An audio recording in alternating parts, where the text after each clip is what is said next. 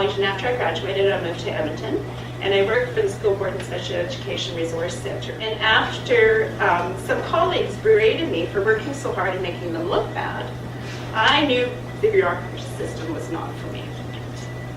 So I went to go on to work for the AUMA, that's the Alberta Urban Municipalities Association, like our SUMA, and did the largest conference I'd ever done. It was 1,800 delegates from all over Alberta, and the best part was Peter Lougheed was the president. I love Peter. He was an amazing person to watch. He had a big influence on me, mostly that I didn't want to go into politics. So this was way before computers. I had to, anybody that knows me knows that I am not good at technology. Yeah, you laugh. I had this 80-deck computer that filled a whole room that I had to run. And if you didn't do all the steps properly with the ink, it wouldn't work and you had to start all over again. And that's what I did for the conference packages.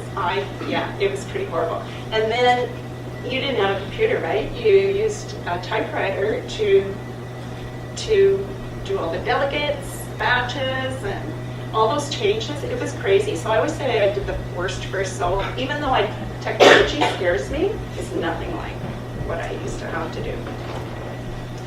I got bored there after 2 conferences and started to look at the City of Edmonton Credit Union. They offered me a job, and they tried me out as a teller first, and that was so stressful for me. I'd start at noon stressing out about balance. And so finally I talked them into letting me go into the loans department. I saw it was really disorganized, and they had no one in charge. Half the time they didn't even sign the loan agreements because it was a closed bonded credit union, and they felt really protected because the people worked for the City of Edmonton, but the auditors didn't like that. So I begged them to let me take over and reorganize the loan department, and they said yes. So off I went to do that. It was great because I was authorizing loans at 19 years of age. Did you say no loss? Pardon? Did you say no loss? No. There were a few. There was a pile when I went in for the authorization. There was a pile, yes, but the renewal pile was pretty small. But I made sure they signed the documents. So I did find out, though, I didn't like managing. I had 2 loans officers, and I found out at a very early age I didn't like that. So I decided to try something part-time, and it was leasing rental units. I found through the classified ads a property business developer that had some apartments that they were called carriage apartments that they needed to lease out. So I went out there and I worked for them, and I was done. So I rented them all out in 2 weeks, and I found out that it was a done project, that they've been trying to get rid of them for a long time. So then I had another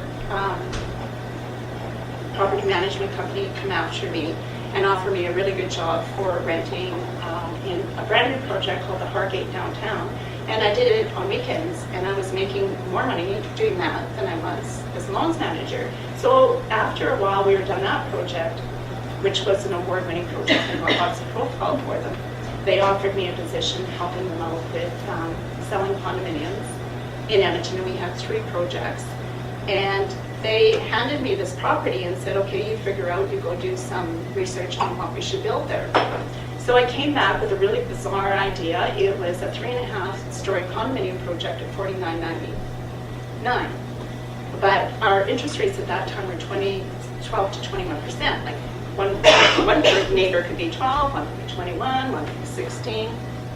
So it kind of balanced out in the end. But it sold out in 3 days. And it got several awards in the province. And I was kind of overwhelmed because I was so young. And it was like, I was exhausted after this. But it was pretty overwhelming for somebody that one, even somebody as spiritual as me.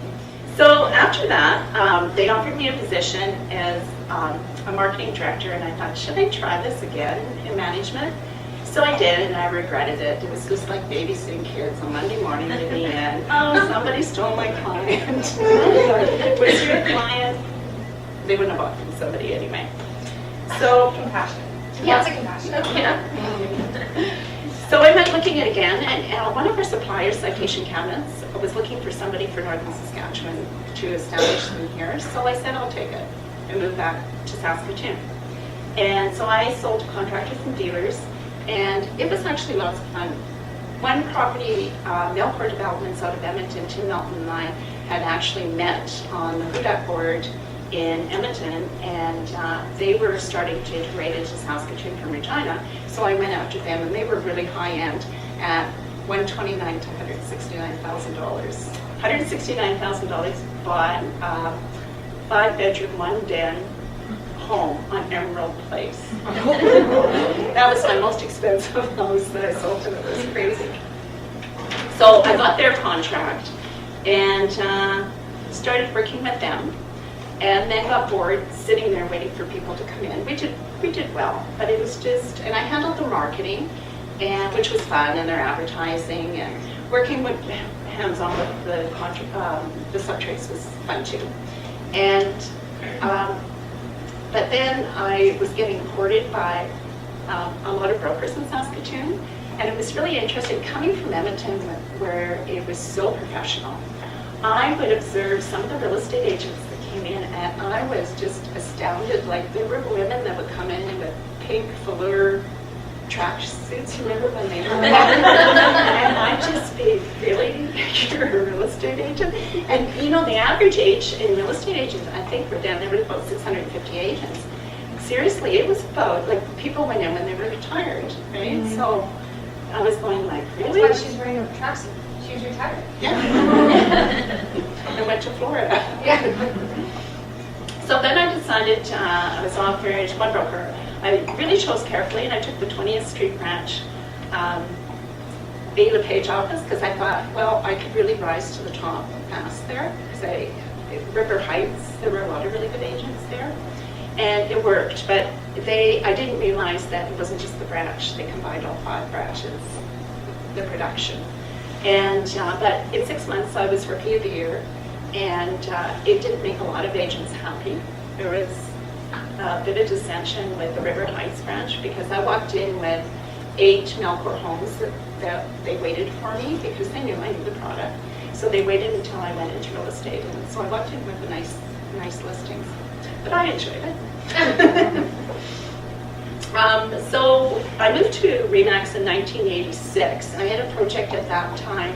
It was Oasis Manor Estates. I don't know if you know that. It's on the end of Clarence and the Freeway. It was one of the first condominium projects in Saskatoon. I think there was one other one that was started up at the same time. So I left and went there because it just made much more business sense. And then in 1990, I decided to move to Ottawa.